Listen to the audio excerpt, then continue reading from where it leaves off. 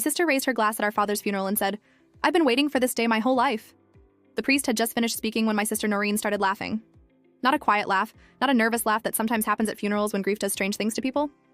This was a real laugh, a happy laugh, the kind of laugh you hear at birthday parties and weddings. She was standing next to our father's casket in a red dress because she said black was too sad, and she didn't feel sad.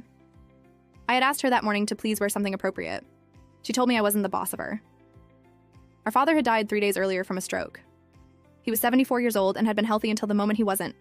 I found him on the kitchen floor of his house when I came to check on him like I did every Sunday. Noreen hadn't visited him in 2 years. She lived 40 minutes away and said the drive was too long. She said Dad was boring anyway. She said old people depressed her. But here she was at his funeral laughing next to his body like she had just heard the funniest joke of her life. Our Aunt Francine, who was Dad's sister, asked Noreen what was so funny. Noreen wiped tears from her eyes and said she was just so relieved. She said she had been waiting for this day her whole life. She said now she could finally get what she deserved. Aunt Francine looked at me with horror on her face. I shook my head because I didn't have an explanation. Noreen had always been difficult, but this was something else entirely. After the service, we went to the lawyer's office for the reading of the will.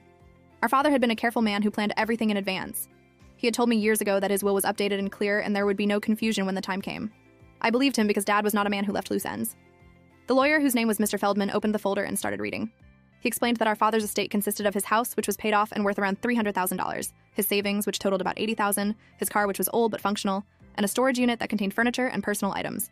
Noreen was leaning forward in her chair with her eyes bright like a child waiting to open presents on Christmas morning. Mr. Feldman continued reading. Our father had left everything to me. The house, the savings, the car, the storage unit, everything. Noreen's name was mentioned once. She was to receive our grandmother's china set, which was in the storage unit. That was it. A set of dishes. Noreen didn't move. She sat there frozen while Mr. Feldman finished reading and asked if we had any questions. Then she exploded. She stood up so fast her chair fell over. She said this was wrong. She said there had to be a mistake. She said our father would never cut her out like this.